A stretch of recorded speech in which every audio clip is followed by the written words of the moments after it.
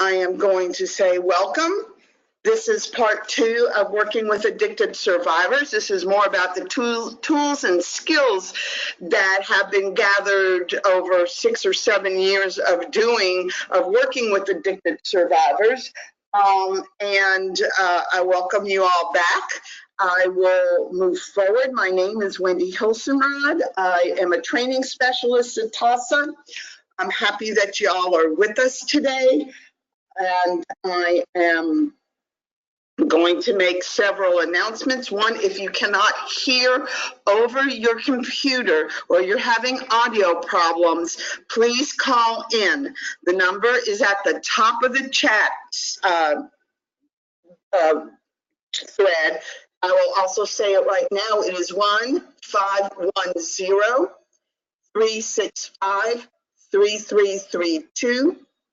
The access code is 595-586-511#, and the PIN is 48#.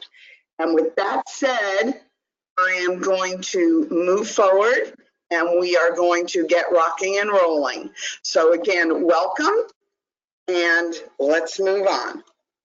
Okay, so first, TAASA is a statewide agency. And we like to say, and we will say, that TAASA is a statewide advocacy organization that works to address, you can read that, but we like to say we are the unifying voice to eliminate sexual violence in Texas. We are a statewide coalition of rape crisis centers, advocates, and survivors, and committed to fostering a culture that respects the fundamental rights and dignity of all Texans. And I think that's really, for me, important. Okay. I'm doing this by myself. I have no tech support. So if, Alexis, it looks like you're the only one who has lost video. You have no video. Okay, let me see. Okay, can you all see my screen now?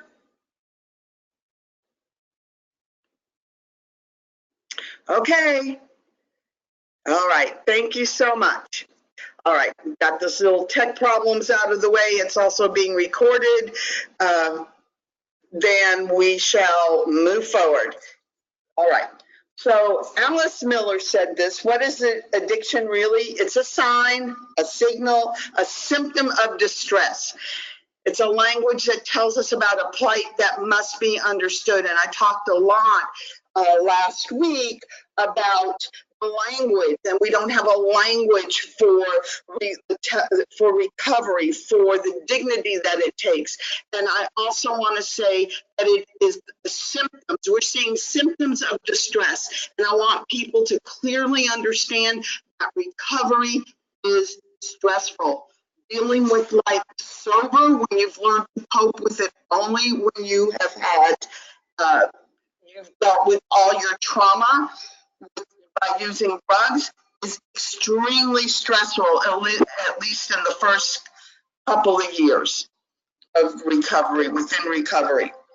Okay, let's see if I can get this to move. Okay, so I'm going to say that trauma reactions, and I use the word natural because I have no idea what normal means, and I have no way to codify that in my own head. So I say trauma reactions are natural responses to unnatural situations. Okay. Okay. If you want to share a quote, go right ahead, Lori. That's perfect. That's what I want everybody to do, is to comment and share and talk and educate me as well. Okay. So I will also tell you that I firmly believe that pain has two desires: to be normalized and to be validated. And I've talked about these before in other contexts, not last time, but validation is nothing more than stating what you see the survivor is in front of you. I can see you're upset. I can understand that there are many, many feelings you're having right now, and feelings are road signs about what's going on inside of us. That's validation. And normalize, the pain to normalize is that this is a natural reaction to something that has been despicably behavior that has been done to you, which is totally despicable. And that may just calm someone down and start taking the focus off of them and placing it where it needs to be with the perpetrator. Okay. Trauma also has two desires, and these desires are to be empowered and to be embodied. We talk about embodiment of trauma with the fight, flight, freeze, or fawn, to get away, to move, to talk your way out of it, to do something. It's somatic, that embodiment. To be empowered means that you're now going to have the ability to choose, permission to create new rituals, new traditions, new ways of thinking, with full information. And that's what we are there for. We are there as advocates to give the information and step aside and give the grace, the opportunity, the space to a survivor to make that decision without being their next meet the new boss, same as the old boss, without them giving their power away to you. This is about taking back their power. So when I talk about empowerment, embodiment, normalizing, and validating, how does an advocate go about understanding survivors within these two desires? And how do we create safety plans? How do we create case management and treatment plans that reflect these four desires? How does this translate for survivors into complex trauma? And I can't answer these questions because I believe that it is very, very different with each survivor, and that we have to come in with our minds just totally open to anything and to be able to quickly connect dots. Okay, if you haven't read, or if anybody hasn't read Bessel van der Kolk's work or research, I highly recommend it. And one of the first things that he says, and I believe it, is that traumatized people feel unsafe inside of their bodies. And it's discomforting. And so since it's such a great form of interior discomfort, they're going to try to do anything to stop that pain, to get away from that discomfort. And they learn to hide from themselves. And in the case of addicted survivors, that hiding, in our case, addicted survivors of substances, are going to use substances. There are other people who try to hide by exercising or doing something that is more than, and they cannot not do it. I'm thinking of, and it's going to date me, that Frito-Lay commercial that said, "Bet you can't eat just one." That's the kind of stuff that I think of when I think of that. What I'm getting now more into what I learned to say and what I learned to do, and with the hope that I can share this and y'all can take what you like and leave the rest of it and do what you need to do. Before I signed any consent forms, before I even did intake, I told the person sitting in front of me that my job there was not to judge them. My job there was to make their brains hurt in terms of thinking, in terms of critical thinking skills. And this is literally what I said. If you decide to leave the program before completing the program, and the program that I was with was a 3-month, a 90-day program, and can tell me the consequences of why you were leaving, and those consequences were individual. If somebody was there because they were remanded to be there for the courts, did they think through what the parole officer was going to do or the PO was going to do when they found out that they left the they found out and they left before completing the program. Where were they going to stay? Where were they going to go? How are they going to make money? I didn't care. They needed to think it through and their plans for dealing with it. Then my work was done because that's what I wanted them to do. Because if they left clean and sober and they couldn't tell me why they were clean and sober, I took it personally. I had failed them because the critical thinking skills were not there for them. Yesterday, I was on a webinar about economic empowerment for people, and this advocate, this financial advocate, was talking about how when she was making a budget, especially with some of the addicted survivors she worked with, she wanted to know how much money they spent on drugs, not because she was trying to shame them or blame them or tell them that they couldn't, but if they were using, she needed to make a budget plan that reflected it, that accurately reflected their finances. And I thought, hallelujah, we're not here to judge. We're here to help them live their lives in the way, we're here to help survivors live lives in the way that survivors choose and make sense to them, and to hopefully give them tools and skills to keep them from being re-victimized. Okay.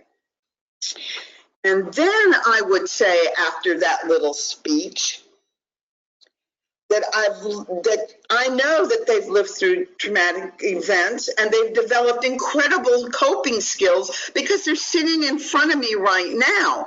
And those coping skills have allowed them to survive. At the same time, these old survival skills are now causing them consequences, or they wouldn't be sitting in front of me.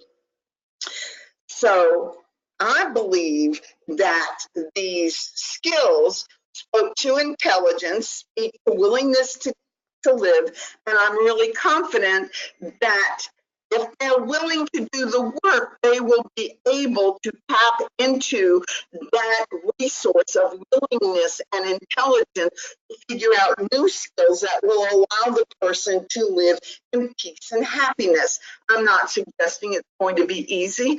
I'm not suggesting it's going to be comfortable.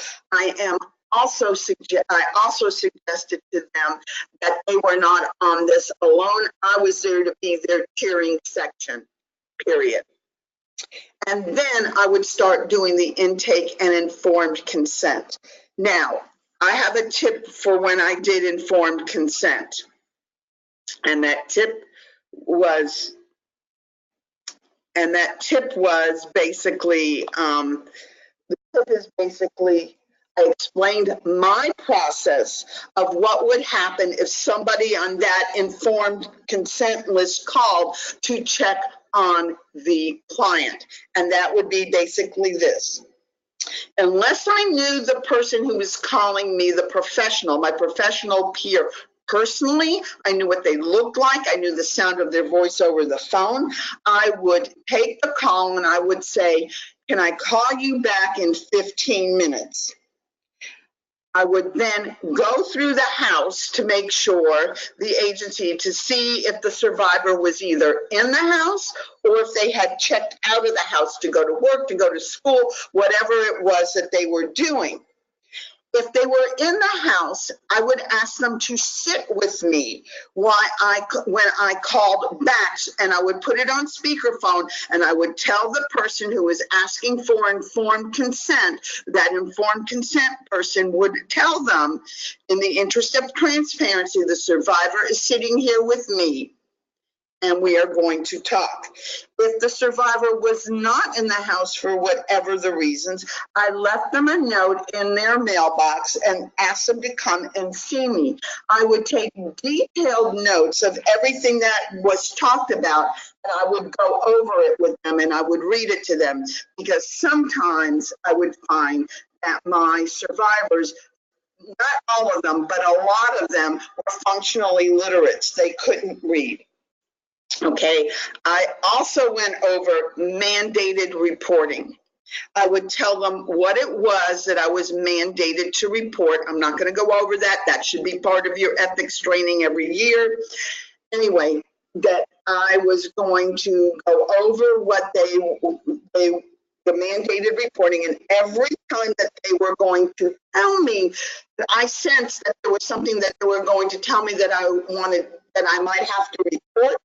I would explain to them what I would do. And I would explain that over and over. I opened every session, whether it was group therapy or individual counseling, with mandated reporting. And I would go over and over and over this, because people who are in trauma don't necessarily remember from one day to the next, from one session to the next, what is mandated reporting and what it means. Okay? So I did that each time. Again, if I had to make a mandated report, whether it was child abuse or whether it was ongoing sexual assault of a child or somebody threatening harm to themselves, I would have the survivor sit with me in my office while I called up the reporting aid, wherever I needed to report it to, so that they could listen to me. And what I would do, and a lot of times it was child sexual abuse, and the perpetrator was either in jail and had been in jail for years, or person was dead. Regardless, let's say it was child sexual abuse, I would call up the reporting hotline, the child abuse hotline here in Texas, and I would say, hi, this is Wendy Hilsenrod. I'm a counselor at Push Up Foundations in Austin, Texas, and I have sitting with me my client, so-and-so and such, who has just shared that she or he, that they were sexually abused when they were X age by their grandfather. Grandfather is now dead, however, and please, here is, and I would pass the phone over to the survivor, and I would let them know that that's what we were going to do. Now, sometimes it backfired in my face, and sometimes it did not. Again, I'm going to remind everybody that we are working with a population of folks who have survived trauma and are using or trying to quit using drugs and are very easily triggered. And one of the first things that I am thinking about here is a woman who was babysitting another person's child, and the little girl said she had to go potty. The little girl had cognitive disability and developmental delays. She was about 4. She said she had to go to potty. The lady who was watching her, the client who was watching her, took her to the potty and came running into my office with the little girl's panties. There was blood on the panties. It was bright red, and she was screaming that the child had been sexually abused. And when she started screaming, of course, it upset the child, who was already traumatized as it was, and all the child could manage to say was, mommy, itch me down there. I had no idea what she was saying. I waited for the parent to come home. She was home. I knew she was going to be returning at any minute. Within 10 minutes, what she said was that the child had sat down at daycare in the dirt outside while she was wearing a dress and had been bitten by chiggers, and it itched and she was scratching, and that's what they were seeing on the little girl's underwear. I said to her, as a CYA move, that she needed to take the child over to the doc in the box and get that verified. So these are things that we need to be aware of, that people get triggered. And it turned out that mom has was telling the truth, and so there we go. Those are the things that happen sometimes with what we're doing. You're still on the Alice Miller quote, y'all. I am so sorry. Could you please chat in and tell me if you're still there?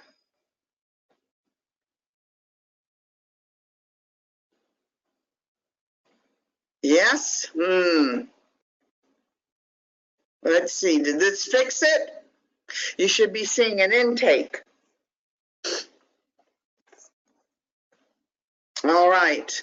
I don't know what's going on here, but I think it's tech problems on their side and not ours. All right, let's see. And if I move it now, can you see that again? Or is it still, do you still see a chart? You should see a chart that says no. Okay, I'll know what to do now. Okay, so this first chart that you're seeing that says alcohol to intoxication, that first chart there, okay. That chart was part of the intake, and it was part of the drug intake. And that first intake was, oh my God, like 485,000 pages long. That's how it felt like to me. And I hated it, and I hated doing it. And it was a small nonprofit. And when you know, if a person was assigned to your caseload, you did the intake with them. It was incredible. Well, these next three charts that I'm going to show you came from at very different places in very different sections of it. And so one day I just ripped everything up, pulled out the papers that I thought were the most important and put them together. I realized that I expected to see a bunch of substances being used in the past 30 days and in the lifetime. But what became ultimately more significant was the age of first use. So now you're going to see the next screen. And I know you can't see it, so you should see it now, right?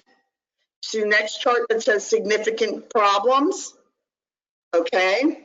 The significant problems are, I wanted to know who they had problems with. And the problems were, okay, the problems were that I wanted to see, I didn't care who they had it in the past 30 days because, you know, they might have been in prison or they might have been arguing with family members. In the last 6 months, I expected the same, but I wanted to know who in their lifetime. And I'm going to explain why I did this way, who in their lifetime that they did it with.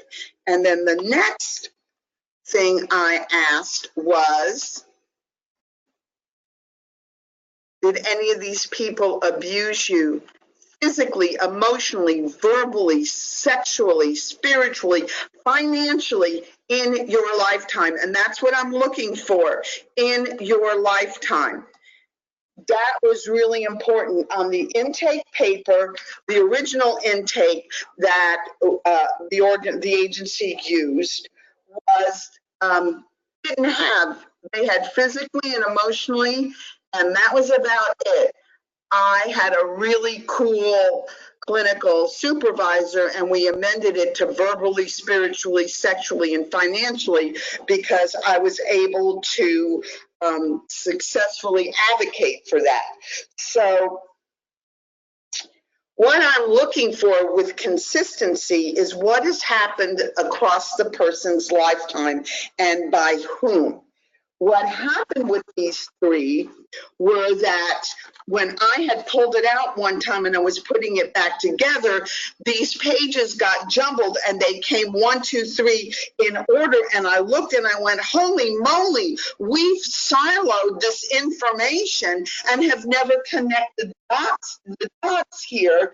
So I think it's real important to do that. Now, I wouldn't say anything in the first intake session, but for later on, I would say after I had established some kind of rapport with the, with the survivor, I would say something like, I noticed in your intake that you started using alcohol when you were about 5 years old, and that that you stated that in your lifetime you've had significant periods of trouble with your uncle.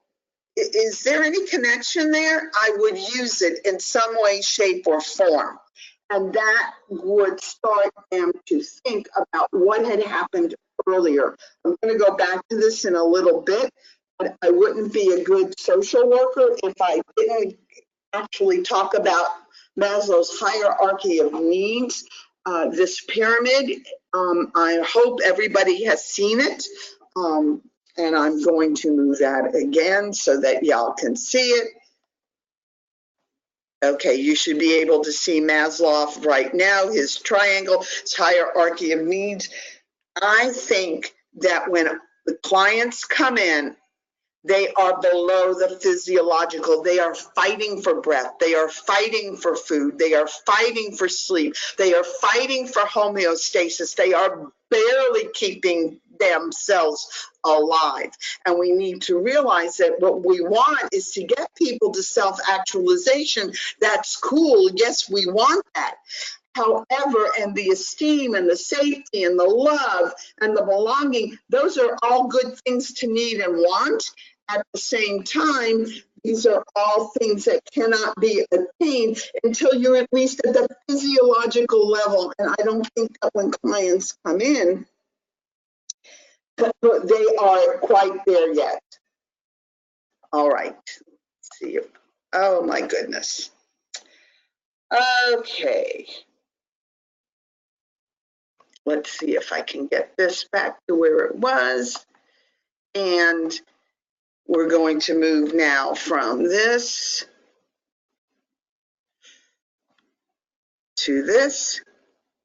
Oh my goodness. I too now am having technical problems. So I am just going to move on. I don't know I'm not going to lay blame for anybody for anything, but I'm trying to fix that in terms of what we can do in moving forward. And I'm not getting it. So I'm just going to go on. I cannot move my screen either. It is now frozen. Okay. So I'm at Maslow's. If you've downloaded the PowerPoint, great. If you hadn't, let's just go to listening mode only, and we will move forward from there. And I also encourage you to look at it online when we go. Okay, so when trauma occurs in the context of a relationship, the quality of a new relationships that are co-created are key to moving forward. They're really, really key to moving forward. So if a survivor has been traumatized since childhood, it's a good bet that the family system and every system they've been in since was traumatizing. You can read in dysfunctional if you want there as well. I also can tell you that you can read that in. The other thing that you can see with that is that the other thing that goes on is if somebody is, quote, new to addiction, like it's an opioid or they got in later in life, I'm going to tell you that most of their recent interactions, because of the distortion or thought distortions with drug abuse, is also going to be very, very, very traumatizing. They have created traumatizing. So I like to think in terms of systems, that people don't exist independently. They exist within systems. And so within those systems, they have very clearly tried to to move forward. Okay, to move forward, and they've created something. So I always recommend reading Murray Bowen, B-O-W-E-N, for systems theory. John Bradshaw, his book On the Family. I know that they're dated, but I love them. And also for those who are interested in the dance theory, which is what I call it, The name is Dr. Harriet Goldhort Lerner, Lerner, and she is very, what's the word for it? She's retired now. I want to see, can you all see my screen now? Let's see what's happening. I'm trying to, yes, you can, great. Okay, so we just did this. Can you see that as well? The, no, okay, when trauma occurs, okay, can you see that now? So those are the things that I want to talk about. I'm going to talk about several clients that I worked with, and I want you to keep that in mind as we go through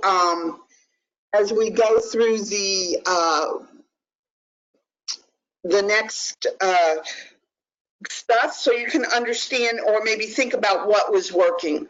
The first client that I worked with, actually, she was the first on my caseload. When she walked in and she was placed on my caseload, other therapists there, I worked in a very small nonprofit agency. It was a therapeutic community, and there was 24 beds for women and women with children. They called her Revolving Door Rhonda. Revolving Door Rhonda. I thought that was horrible. I hated the nicknames, but I am keeping them up. They called her the Revolving Door, but I'm doing this in order for y'all to see what's.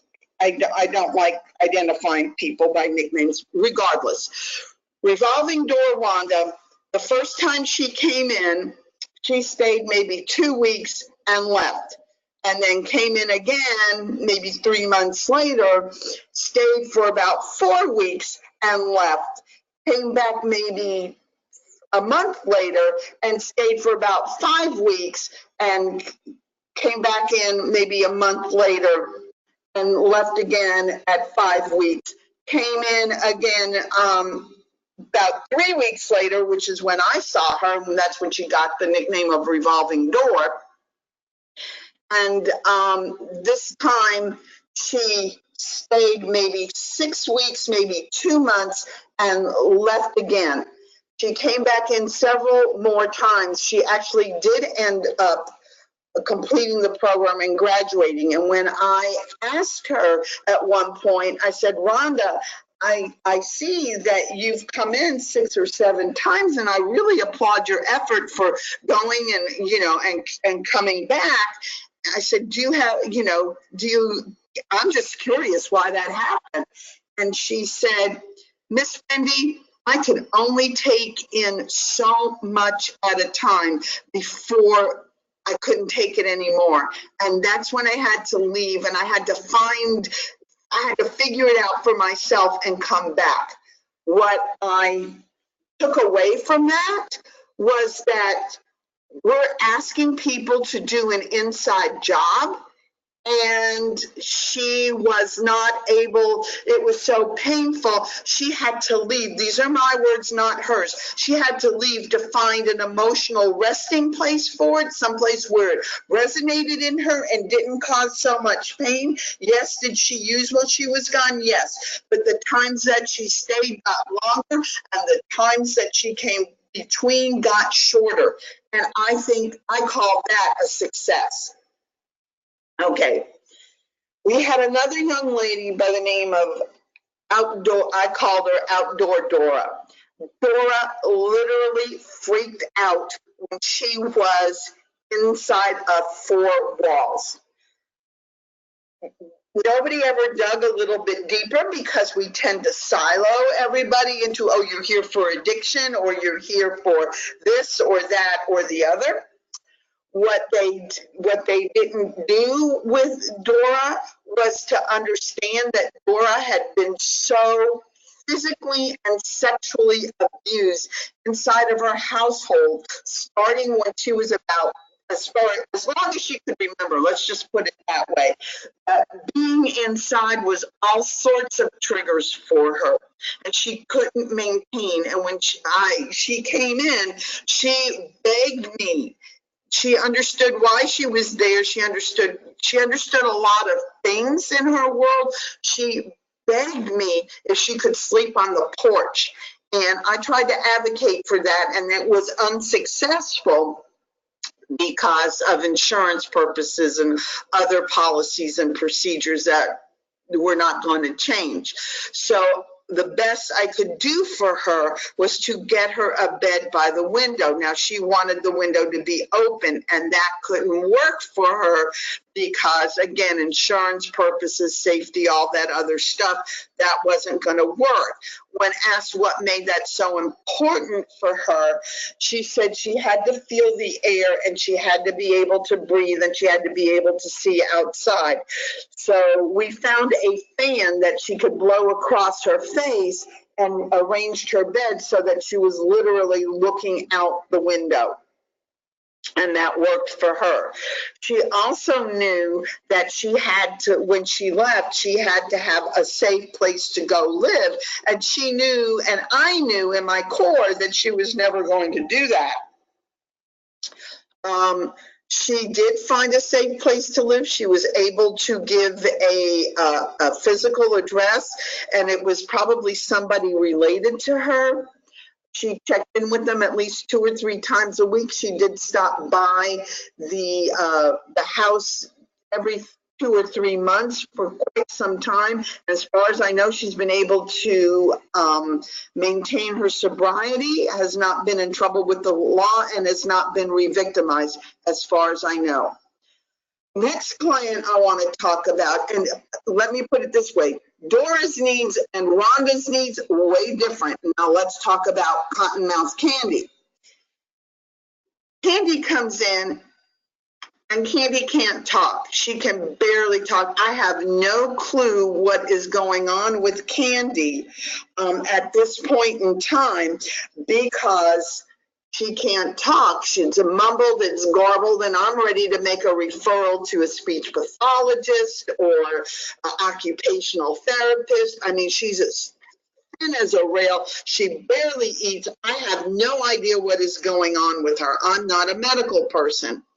So by the time I get around to make the referral, Candy walks into my office one evening and she's talking. And I said to her, Candy, this, wow, what's changed? And she said to me, they've given me a script for Halidol while I was in prison. They didn't want to deal with me, and I guess I was allergic to it. Nobody thought to ask, to check, to think.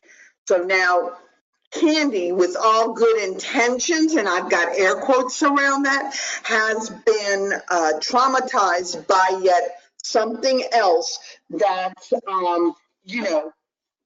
to keep her quiet, to keep her, whatever it is. And so I am, Candy's needs not the same as the other two. Talking about Sad Sack Sammy. I did the intake. I did those 3 things to find out when he started using. Found out he started using probably around 13. I thought, is this peer pressure? What's going on here? What motivated him? A long story short, Sammy came home from school. He was the oldest of 3 boys, apparently a very domestic violence household. Don't know for sure, but he found his mother hanging. She committed suicide in the garage.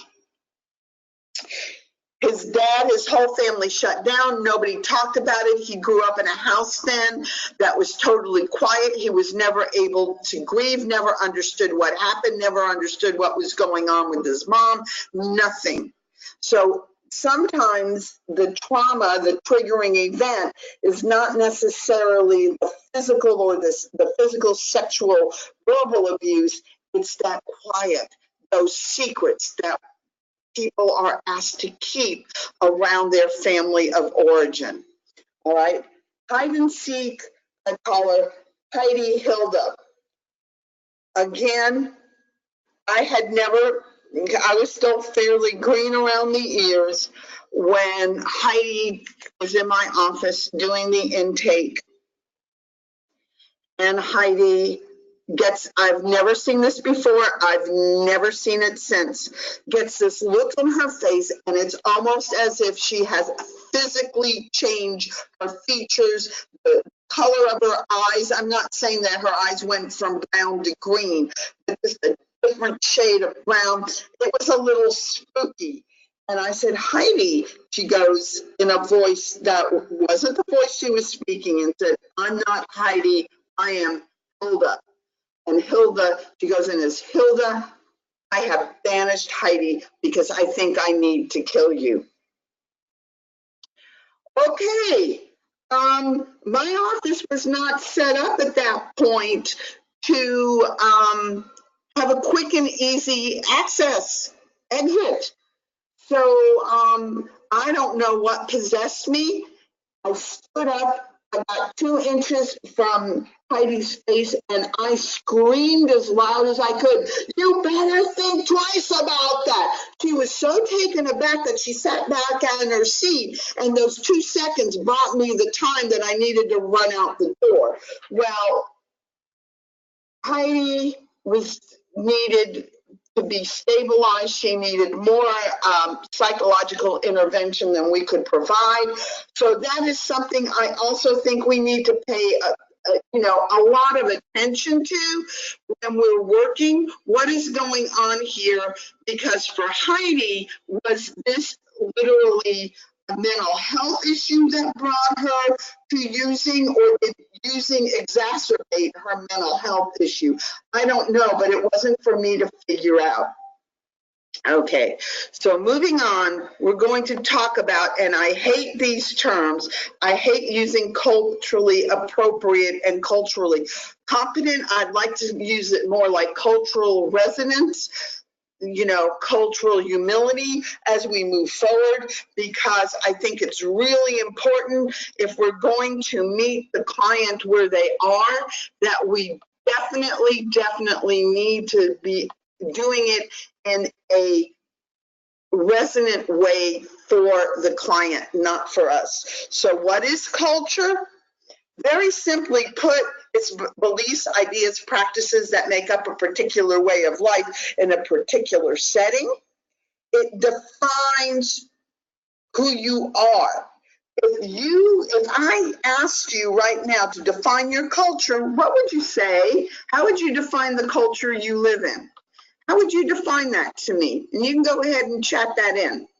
Is it about food? Is it about music? Is it about art? Is it about the clothes you wear? Is it about the language you think? Is it about the jokes you tell? Is it about the language you think in? Are you bilingual? Are you bicultural? What does it mean? Because culture very basically is taught and learned and shared. And individuals exist inside of a culture where meaning is ascribed to behaviors and words and objects, and it's arbitrary and subjective and logical and sometimes irrational, but it does one thing.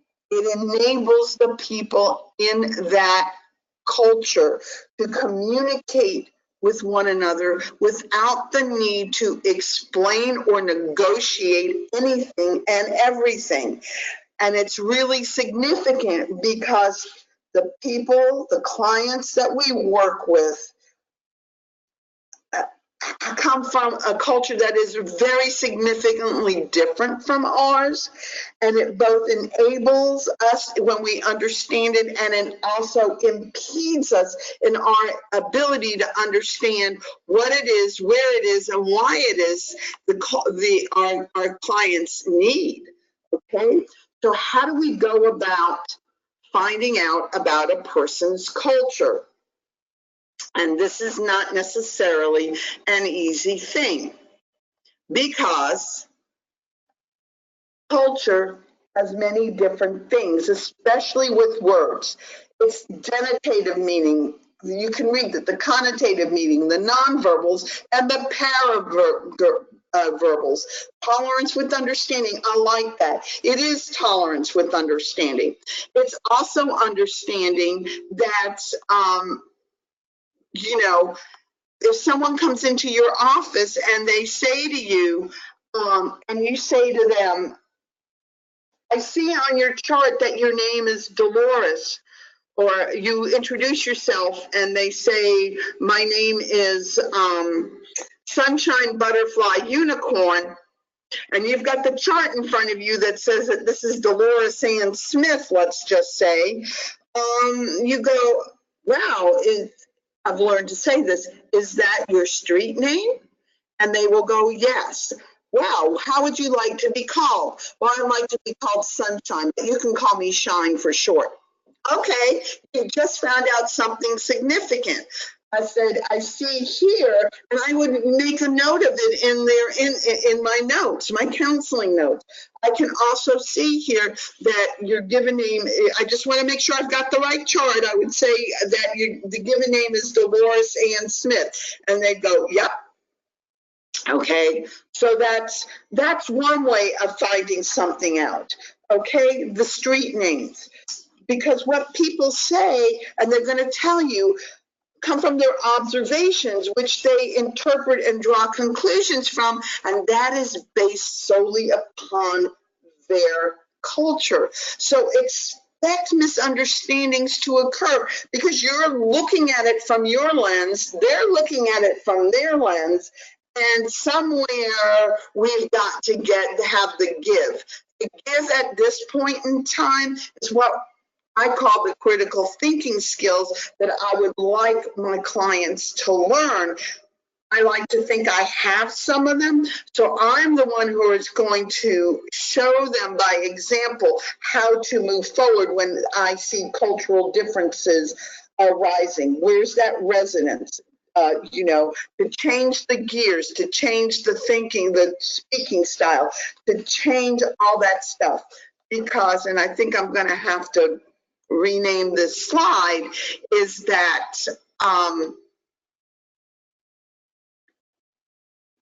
okay, change the slide, because the resonance comes from the awareness, the understanding, the acceptance, adapting, everybody adapting, the cultural barriers. And I talked a lot last time about coercion, oppression, and microaggressions. They all live together. They've all been internalized, where they're coming up from. But we've got to understand how history and how trauma history plays into this, not just history through all times, but how Native American history plays into the trauma that's being experienced and lived today. How people who identify with the Jewish faith or the Muslim faith, what history and the trauma that they have lived through and how they identify with it today goes into all of that stuff. It is very clearly we need to understand all of this. And when people understand a little bit about their history, they can make some significant changes. And some of the changes that they can make can be very, what's the word for it? Very significant for them. There was a young lady I worked with who was covered in tattoos, and all the jewelry she wore were of dragonflies. And when I asked her about that, she just knew that she associated it with her grandmother, and she loved her grandmother dearly because her grandmother was one of those people who loved her unconditionally. That was great. But I was curious, and so I did my looking up thing, I call it the Wendy research, and found out that dragonflies are symbols of hope to certain Native American tribes, because especially the desert tribes, because where a dragonfly is found, it means that water is nearby. And being able to convey that to her and connect her back to the tribe that she that was in her ancestry became a huge part of her healing and a huge part of how she viewed the world. So, you know, these are things that we also have going for us when we talk about cultural resonance. So we have things like knowing the differences and the similarities are important without, you know, assigning it, and taking steps to ensure that what we are talking about is accurately received and understood. But we're not saying you have to do this, saying this is a suggestion. What do you think about it? And let them figure out what is needed and what makes sense for them in order to comply with this, whatever it is on their treatment plan and whatever they're doing. Okay, and be mindful that cultural barriers are going to affect everything and anything that you do. So this, like I said, it involves internal changes of attitudes and values. I've worked with people who said that is totally unfair, and because it was a requirement, let's say, to go to protective parenting. I love my child. I wouldn't let anyone hurt my child. And yet CPS is involved in this as a requirement. Let's talk about that. What do you think needs to happen here? How would you like to see this done? I don't like going to protective parenting class. Why don't you like it? Because they talk over my head. They don't say. So you're finding out stuff, and this can be valuable information to take back to the instructors of the protective parenting classes that, whatchamacallit, and if we're using a cookie cutter approach, missing people who are jumping through hoops because they do love their children, they're not understanding the concepts that people want to give to them. Okay, so now some cultural barriers, and I'm going to go over this kind of briefly, that affect program attendance. We just talked about that. We talked about the cultural taboos. Very important. There may be cultural taboos about being a parent or attending a class given by so-and-so, or by having a white person, male or female, delivering something that is culturally inappropriate to everyone else, or whatever the case may be. It's there. Employment factors. If somebody has a job that conflicts with going to the protective parenting thing, what's going to happen? Or if there's transportation issues, I get off work at 5, I have to pick up my kids. Protective parenting classes are in the other part of town.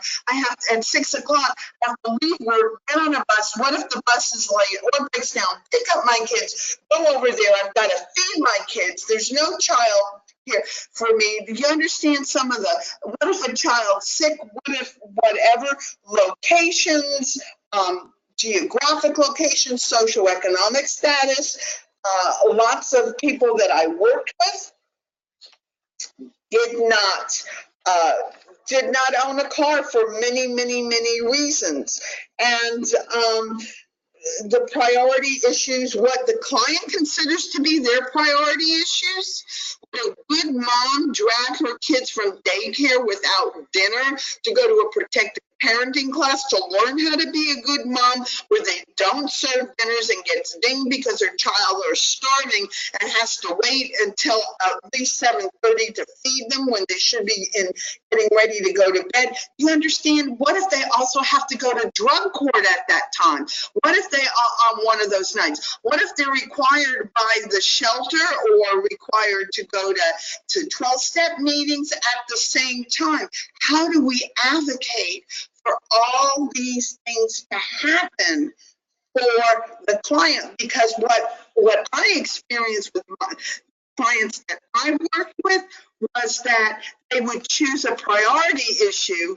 Okay, so I went to protective parenting last week, but I need to go to drug court. And if I fail to go to drug court, I'm going to end up back in jail, which negates everything else. And you see where I'm going with that. We have to understand what's the priority, and we have to communicate that to all the systems that impinge upon the client's life, in addition to language.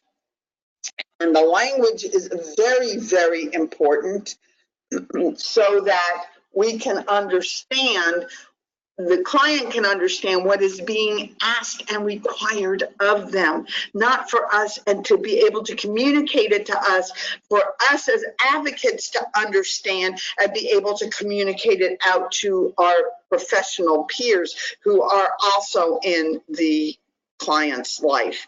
And I think that that is so, so very important. We have some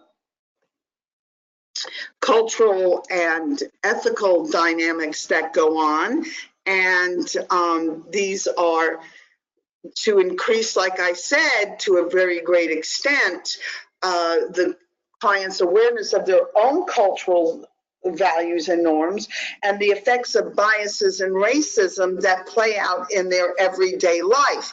I remember being called, this was a long time ago, to grade school in a particular city. It was a university town that had foreign students living there. Then they brought their children with them, and they didn't like the discipline that one of the parents showed, and they literally clapped their hand over the child's mouth when the child was speaking. That's not acceptable in, quote, American society. However, the society where the student parents came from, it was totally acceptable.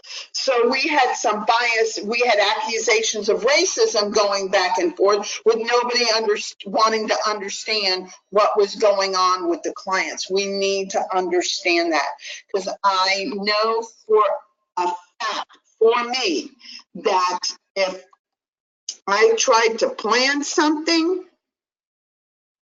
culture, their culture, regardless of what it is, was going to eat whatever treatment plan, whatever plan I had, whatever case management plan, their culture was going to eat that for breakfast every single time, every single time. So here we go. Critical thinking skills. And this is what I'm talking about now. Okay. When people think about addiction, they usually think about the drug-based systems. And I talked about this a little bit earlier, that recovery causes a great deal of stress. We have to be aware of the sobriety-based symptoms, which make sobriety a challenge and which also cause a great deal of stress. Okay. So the first thing is, I've got to ask this. How many people know what post-acute withdrawal syndromes is? You can just chat in yay or nay. You know, what is it? It is basically a psychosocial syndrome that starts between 3 months and 24 months after acute withdrawal.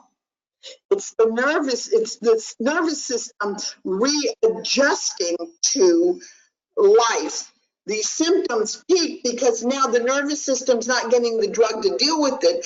The nervous system needs at least 6 to 24 months to readjust to, quote, the new normal. And you've got these symptoms, the acute post-withdrawal symptoms going on, and this makes this a sticky wicket for a lot of individuals. Okay. What I say about this is recovery from the damage caused by the substance abuse requires abstinence. The damage, unfortunately, from the substance abuse interferes with the ability to abstain, and this is the sticky wicket paradox of recovery. Okay, whoops. All right, so here are some of the symptoms about pause, but you can go to your favorite, your favorite web engine, and you can go and look at it and look it up. But this is what it is, the inability to think clearly. You can read these things. But the client, the survivor, literally thinks that they're going crazy. And it's helpful for them to know up front that recovery is hard work. These are some of the symptoms that they may experience, because in recovery, the first thing we emphasize is happy, joyous, and free. And so high-risk situations reflect a lack of self-care. When holidays came around and people wanted to go home for, let's just say, Thanksgiving, but they knew there was going to be booze, they knew that somebody was going to attack them verbally, emotionally, they wanted to go to see other family members or felt like they needed to go. All of these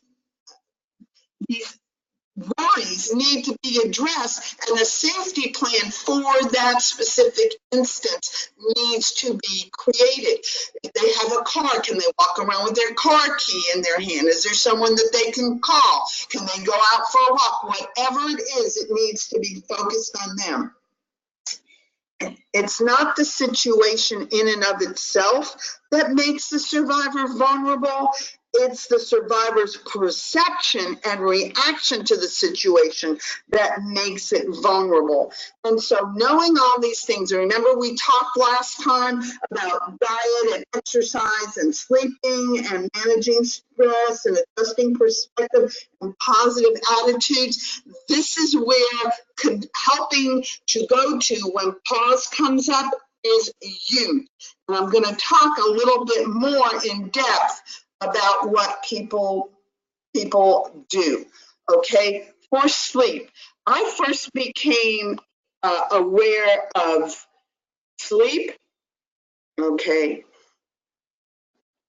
I first became aware of sleep deprivation in a study done very long ago on street people who were alcoholics, were given a safe place to sleep, were detoxing, and they had REM sleep for days and days and days on end.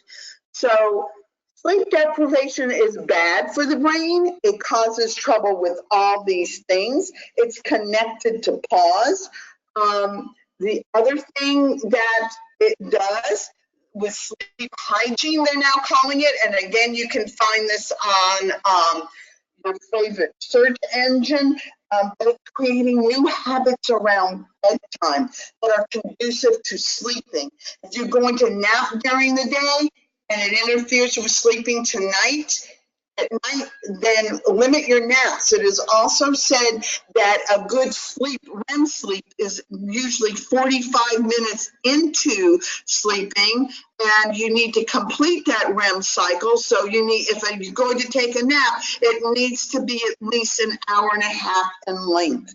You know, so talking about establishing a soothing pre-bedtime routine, whatever that may be for the client, you know, waking up and going to bedtimes, daylight to your advantage, all those things that work for them.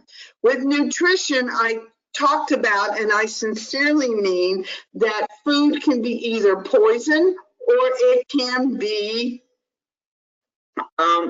medicine. So people who have been using for a really long time are malnourished. That is just a fact.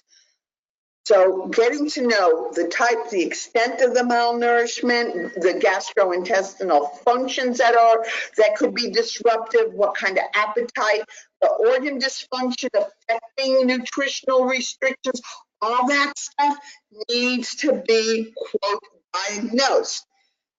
Is there a dietitian that would be happy to do that for you? Is there a county agent that may be a dietitian who can do this work for free? Are there colleges or universities that have, or nursing programs or nutritional programs where people need to do their internship and will do it for free and will diagnose this for you or help you do that, or pro bono work? These are all things that need to be taken into consideration. Okay, there are medical needs, and they are vast. For women, gynecological, and when I start here, the dental, the gynecological, the general practitioner, the wound care specialist, all these doctors need to be brought on board, and they need to understand trauma and trauma reactions. What happens when you go to a gynecologist if you're a woman?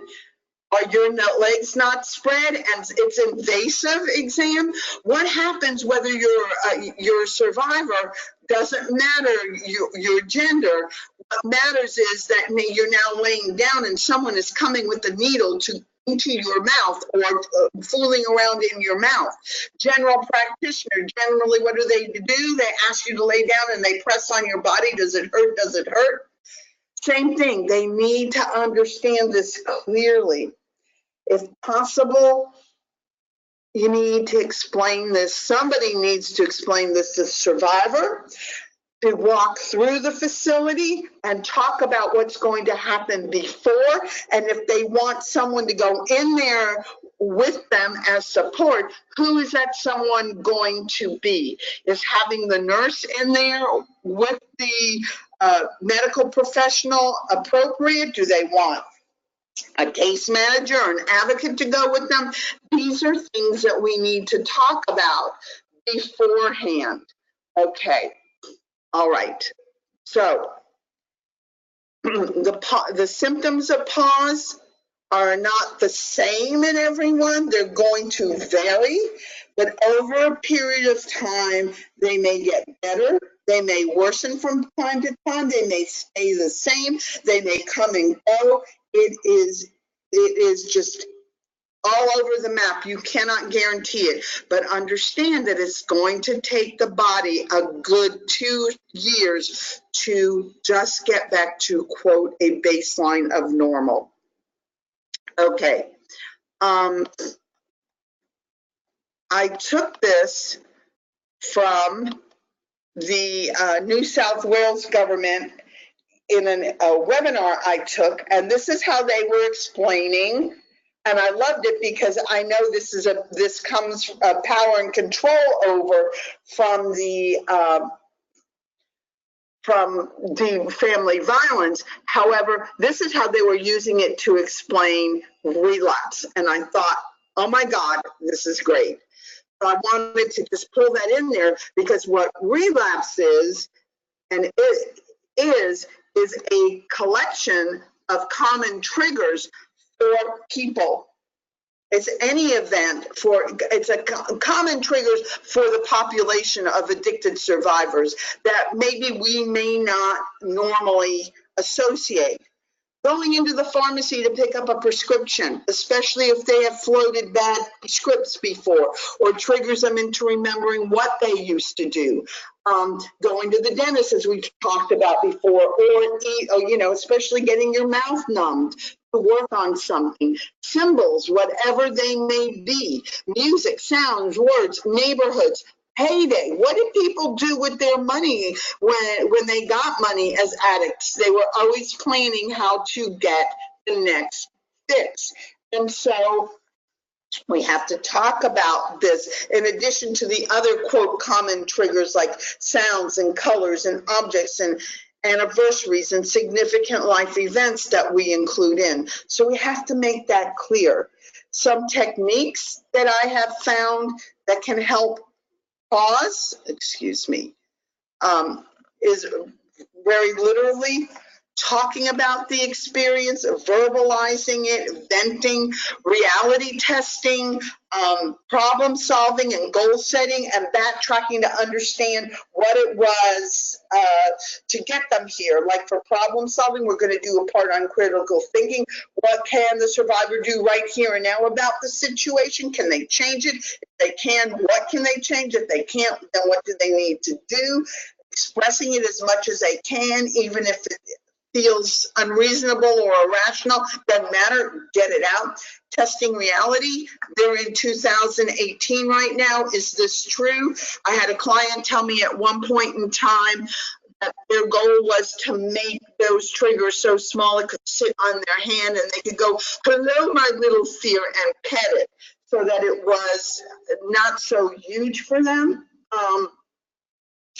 So that's all the stuff that they can do, teaching them, yes, very softly. What can they do? Can they drink water? You know, that whole neurobiology thing to rehydrate themselves, take a mental health break. Those are some of the things that people need to do or learn to do. How do they keep themselves in a way that is good for them? So I call this the old habit coping skills, and I'm going to go through it fairly rapidly, but I'm very happy to send this to y'all if you need this or want more of it. Okay, so here we go. A situation happens, somebody makes a choice. The old coping skill would be to deny what happened, and we tell ourselves the denial is, it's not that big of a deal, even though it's getting on our nerves. And when we deny it and the impact that it has on us, the situation does not get better. So the next thing we try to do is avoid the situation. And we act like we do not see what's happening and nobody says a word about it. Again, it does not make the situation better or it does not make it go away. Then we tend to blame. And with blaming, we're taking the focus off of ourselves and we're putting it on another person, the situation, the boss, you know, the counselor, whomever. But blaming doesn't fix the situation. What blaming does very basically is that you are now imprisoning yourself or giving your power away to someone else, which keeps you beholden to them. So our life doesn't get better. What we're saying is basically when we're blaming someone, I can't get better, I can't move on until you change, you do something differently. And that comes from a place of frustration and anger and helplessness. So blaming others should be a big flag that we're going down a rabbit hole because it doesn't fix a problem. We're giving our power away and it makes things worse and we get entrenched in our position, which means we start rationalizing and it gives us an excuse to do nothing. It helps convince the person that someone else is a problem so we don't have to change. What we usually say is, I guess some people get more special treatment around here, that's common in my household. And if they can't, well, if they can get away with it, usually, you know, if they can get away with it, so can I. Why do I have to do this? So this doesn't help the situation, doesn't solve the problem, and hiding becomes, we send out subtle, I call them verbal messages. It's like, if you had gotten here earlier, you would have done something about it and I wouldn't have been stuck with this mess, stuff like that. So if we stay hidden too long, we might attract negative attention, and we know this. So to deal with a situation that causes a person pain and frustration, we may choose to become invisible by staying too busy to attend to the crisis. We simply don't have time to deal with this. We're unavailable or hard to find when needed, or staying confused. I've heard people say, like, well, you don't figure out who's supposed to do what, let me know. That's just hiding, and it doesn't make anything better on any level. And these are old habits. So usually these old habits happen because the old coping skills have kept me safe while waiting for other people to change. With the new coping skills, there is another, it's going to be a process. I understand this, but what new coping skills will be like is basically the situation happens, there's a choice that's made, there is some new coping skills. So you acknowledge that something's going on and it needs to be addressed. There's a problem. I may not have an answer to the problem, and I want everybody's help, everybody's input to help solve this problem because I want it done. All right? This can be sticky because it's not, You own the problem, and that's going back to some 12 step. What the part of it is, it's like you can ask yourself, not the other person, ask yourself how I've created, promoted, or allowed this to occur. This is not about being a martyr or taking full responsibility. It's identifying your behavior. I played a part in having bugs in the house because I was not willing to take out the garbage. Not, and I want to be very clear about this, I played a part in my being raped because I was using drugs. No. No. Violence against a person is always, always, always the perpetrator's fault, not theirs. I've allowed this situation to continue by not expressing my concerns for having bugs in the house. All right? Then you let it go. And this is not letting the other person off the hook.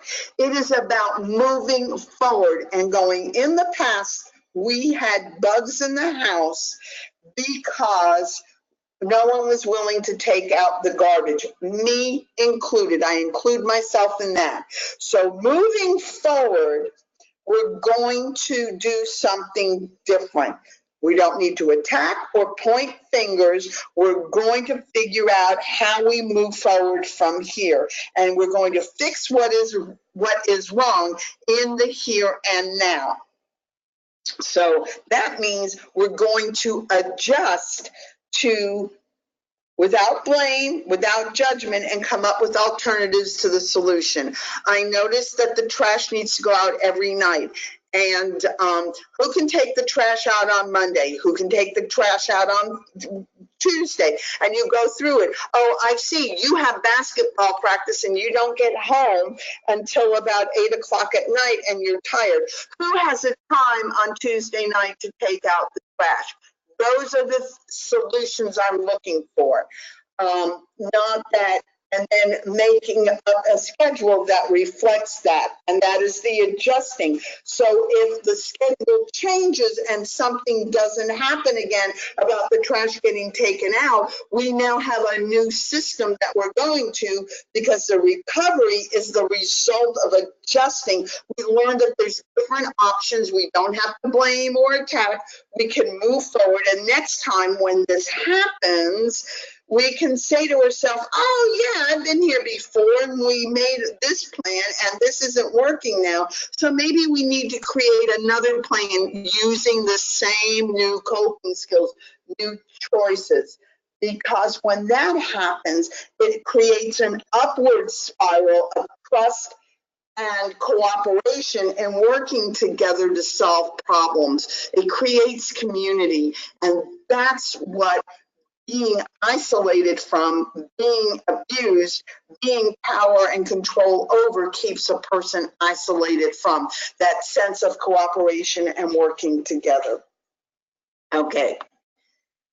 I also use this as a tool, or have used this as a tool, in a problem-solving framework that is basically going, what I want, what I think they want, their interest, my interest, stated as a problem in terms of my interest, options I can offer, and walk away alternatives if I'm not. So I can say in the situation before, I want the trash taken out every night because I do not want bugs in the house. Why do I want this? I do not want the bugs in the house, so therefore I want the trash taken out. And so how as a family, the problem idea is no bugs in the house, don't want them. How can we work together as a family to keep it out?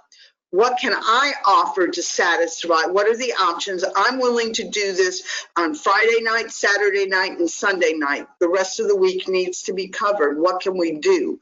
And the walk-away alternatives, if I can't get what I want, can I add another night to it if someone can take another night from me? And what I think they're going to say. Child A may say, I have basketball practice 3 times a week. That's not possible. While someone else says, you know, I babysit from time to time. While someone else says, so we walk through this together as people in a family. Okay. I also want to talk about boundaries, because boundaries are very, very hard things. They're limits to set. And they're dynamic because circumstances and people and relationships change. It's basically where one thing ends and another begins. That's a boundary line.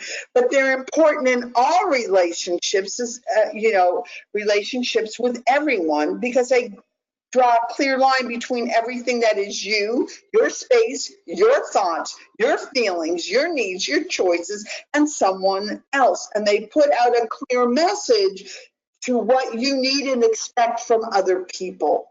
And the only way people can know about your boundary is for a person to expect this. So they need to be visited and rewritten from time to time and be clear about them. So I often think that there are such things as what I call yes and no boundaries. Okay, yes and no boundaries. And yes and no boundaries very basically are, first we're going to talk about setting boundaries. And setting boundaries, oh my goodness. Setting boundaries means that you are going to define it, direct it, repeat it, and describe the problem. Describe the problem clearly to the person, what you need and want, repeat it, be a broken message, and give consistent messages about this. And if the person is not able to accept the boundary, you can change the conversation, change the situation, or end the relationship. This is scary for people with loyalty and trust issues, to end a relationship. So if I say, I want to talk to you about my relationship with my partner, it's become distressing to me. I want you to listen. And when I start talking about my relationship, the person that I've chosen to talk about it starts telling me what a jerk my partner is. That's not what I want.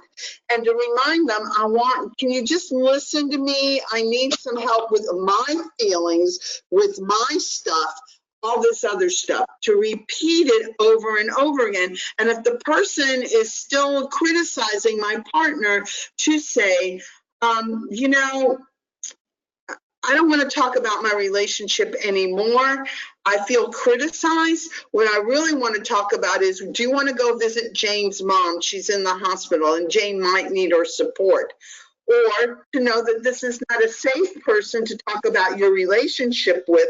So therefore you will not talk to them about the relationship anymore, which is just redefine your relationship with them, or walk away because you know that they're not paying attention to they're not paying attention to your needs or your wants. I also say that there are yes and no boundaries.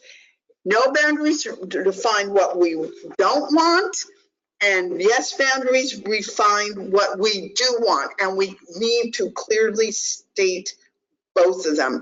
We cannot have a no boundary that contains a yes in it. Like, I don't like it when you wait 2 weeks to call me back, because what you're asking for is, I want you to call me back. Yes, I want you to call me, but I don't like it when you don't call me. You wait 2 weeks to call me. So I don't like it when you call me is a no boundary. A yes boundary is, I want you to call me more frequently. And we need to clear those up so we're not getting mixed messages. A yes boundary may be, I would like to talk to you once a week on Thursdays at 6:30. If you're not going to be available, please text me or call me 24 hours previously so that we can make new arrangements. Okay. We need to have it clearly expressed. Okay. So I also know that a lot of survivors that I worked with have problems planning. They have problems with lots of stuff. Moving is triggering. So I call this a support planning checklist. And by the way, I got this from the Northwest Network, and I adore their planning tools. Anything. I take a lot of information from there. When you move, who can watch the dogs when I need? Pet sit. For how long? Can I talk to them? YNM? Yes, no, maybe. Can I get it? What do I need? Boxes. I need somebody with a truck and cars to help me to move. This is something that you can make a checklist of. Okay. I used to open up this in group therapy. I also used to open this up again with my in sessions about, tell me, what are you feeling right now? And they would go sad, mad, happy. And they couldn't give me any kind of emotional nuance to it. And if you say sad all the time, people start not hearing it. So let's unpack that a little bit so they could come in and say to me, today, I was sad because I was feeling kind of bored, and I shouldn't feel bored, but I was feeling inferior, so I stopped paying attention. That is a lot of emotional context to people.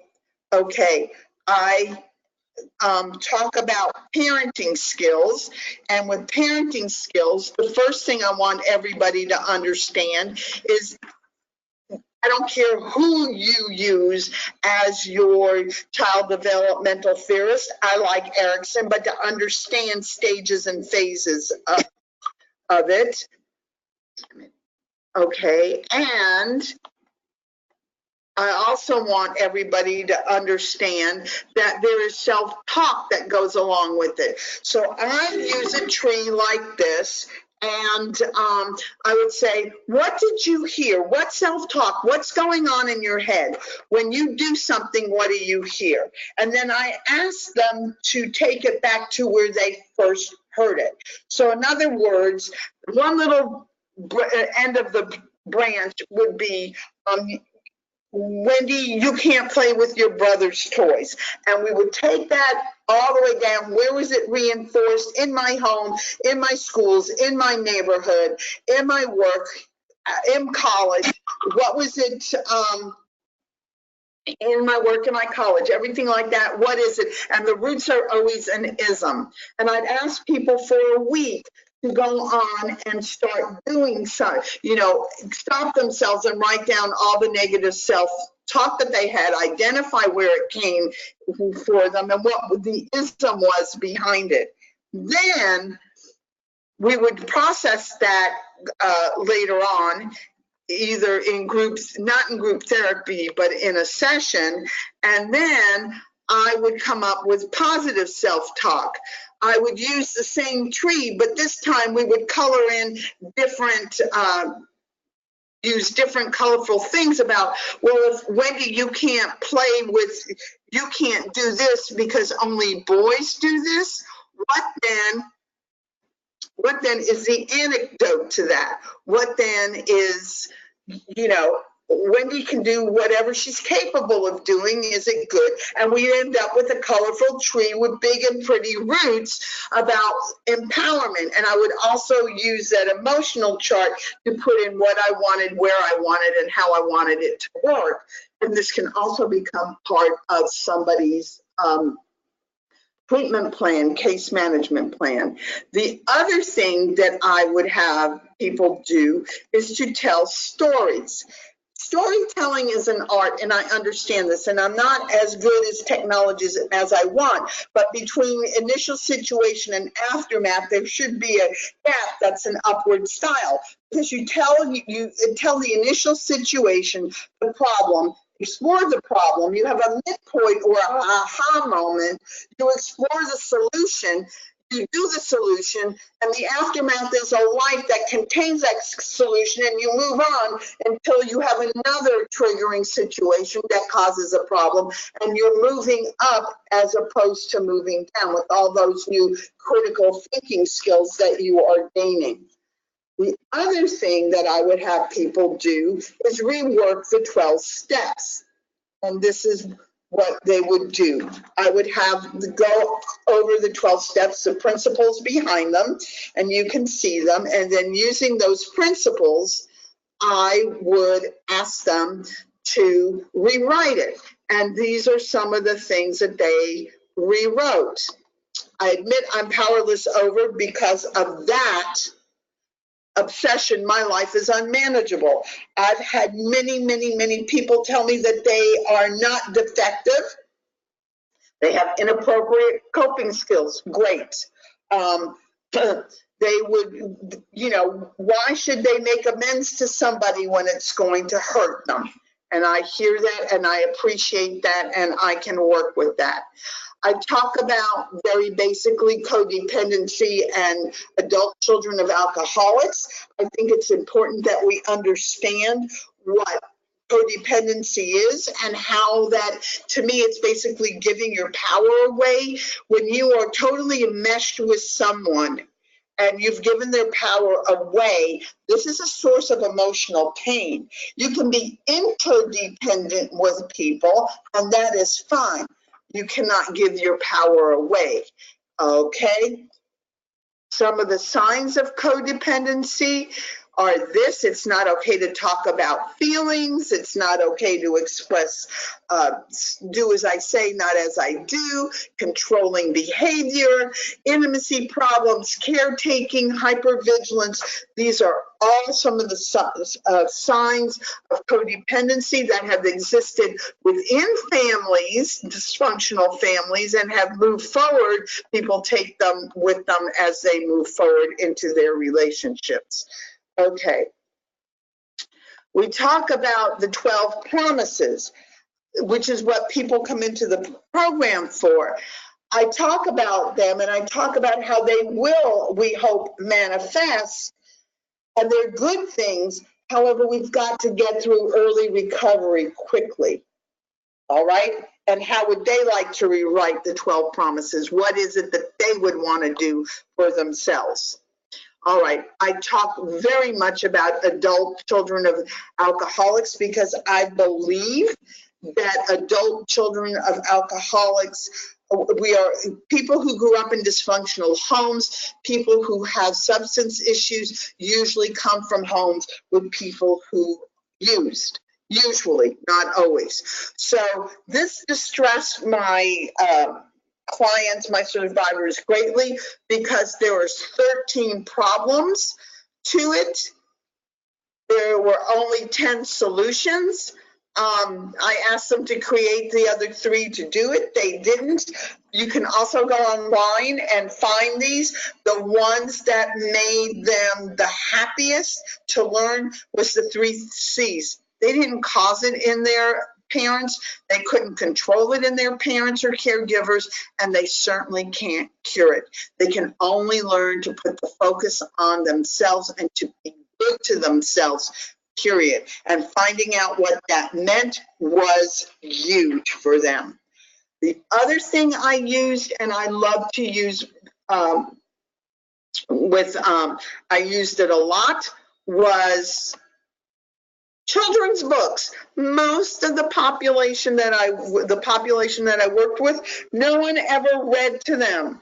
And that was distressing to me. So we would read books. I don't care. Dr. Seuss is one of my favorite. What's the lesson? What do you think? How should it be? What would you do? Blah, blah, blah. Can you write a kid's book? I would do that. There are other, I know we're just a little bit over time here. This is from a website called, it's pronounced Metrosexual. You can see what a healthy relationship looks like. Okay. What works for you? I would ask people, are you vision oriented, touch, taste, smell, hearing? What would you like to see in your world, and how would you like your room to look like, your house to look like? What would you smell when you walk in? What would you hear? What would you, all those stuff, all that stuff that is so important.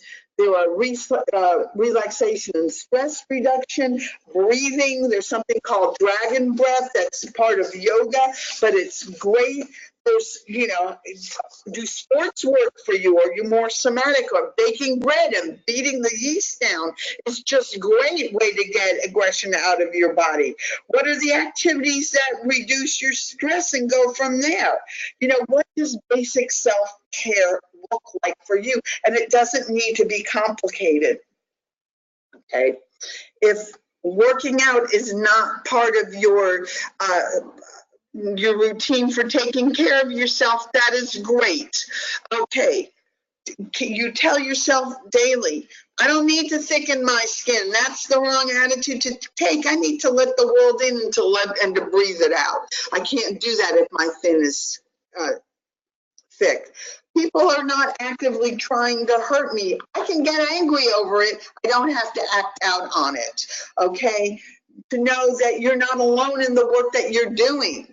Us as well as our clients, they're not doing it. We can become better. We can be awesome. We can stay positive, and we can keep trying. I often used to ask clients, what does it mean, better, better, best? Define that for me. What does better, best, better, and excellent mean? Good, better, best. However they wanted to define it. What does that mean? And how do you move forward with it? Okay, one client told me they changed the serenity prayer. They put an S there. They said, I'm gonna have to plead with God for nothing. I can make it an affirmation that God grants me. I loved it. You know, anything that they can do to do that. I have an identity exercise that I ask them to do. Positive, what are you good at? What roles do you play? How do you play them? What are you willing to do for your future? You know, and at the same time, it can live right next to a contradiction of, if a proposition is true, then its negation is false, and vice versa. So I asked them to think about a time when they did a really good thing and it went horribly wrong. Did that make them a bad person? That's going back to where their thinking is. That's a critical clue of where they're stuck in their thinking, what age they're at. Because no, it doesn't. It's just something that happened that didn't work out well. And it wasn't necessarily their fault. It doesn't make them a bad person. I also gave them things that I found often in the newspaper about the dolphins that escaped from the SeaWorld and appeared at a beach colony performing tricks at 10, 2, and 12, presumably for food. What are they doing? What are the old habits that they're unconsciously doing now that they're living, quote, free in the world? What's the first aid for their brain? Can they paint it out? Can they bake something? Can they dance it out? Can they verbalize it? What is it? I have also asked them to put themselves at the center of the power and control wheel with their name in it, and what is it that they want to see? It doesn't have to be a circle. It can be a box. It can be an oval, whatever it is. If the largest portion is dedicated to their housing, that's great. What steps are they going to do to take care of it? And if the smallest portion is getting transportation right now because they can't afford a car, the insurance, then that's great. What are they trying to do? I tried to teach communication skills for them, the listening, the neutral language, the leading questions and the why questions not in there, to reframe and to paraphrase, which means that they're not agreeing or disagreeing, they're just listening and making sure that they got the information correctly. Okay, the and stance and the rule of 3, if you hear something 3 times, you need to check it out. You use and instead of but. And amends, when you're making an amends, and I got this from the BIT program, so be careful here. What the offense was, how the action affected the person, able to state what they're going to do differently, and they understand they may not be forgiven. That's not the purpose of the amends. The purpose of the amends is to quite clearly say, I know that what I did affected you. I know that most of my clients, when they made the amends, what they wanted was to be the person to forgive them and take them back into their life, and that didn't always happen. I call that the Oblada effect. I got that from the Beatles. Life goes on, and they weren't there. How do they take that quantum leap from not being there for X amount of time to being there in the here and now? You can't get that time back. What is it that you're going to do?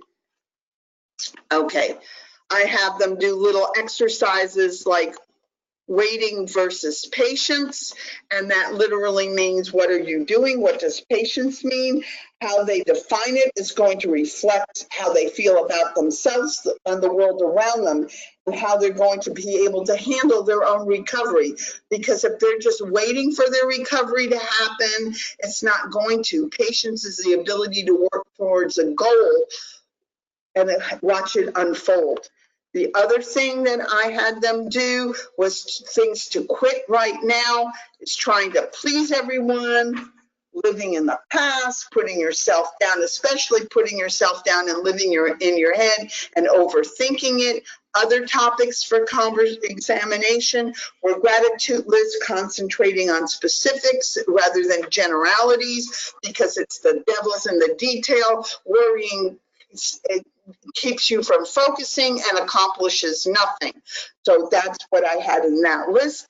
I have also, what I had was trust and how it builds on it, how you can build on it. These are all in the PowerPoints that was going to come. And then a quote from Toni Morrison about, I don't want a secondhand lonely. Oops. And also knowing that when people repeatedly attack you, attack your confidence, they are quite well aware that they are attacking your self-potential, even if you aren't. That is it. I'm going to check the chat box right now, but I hope, I know it went over, that everyone was able to hear and see.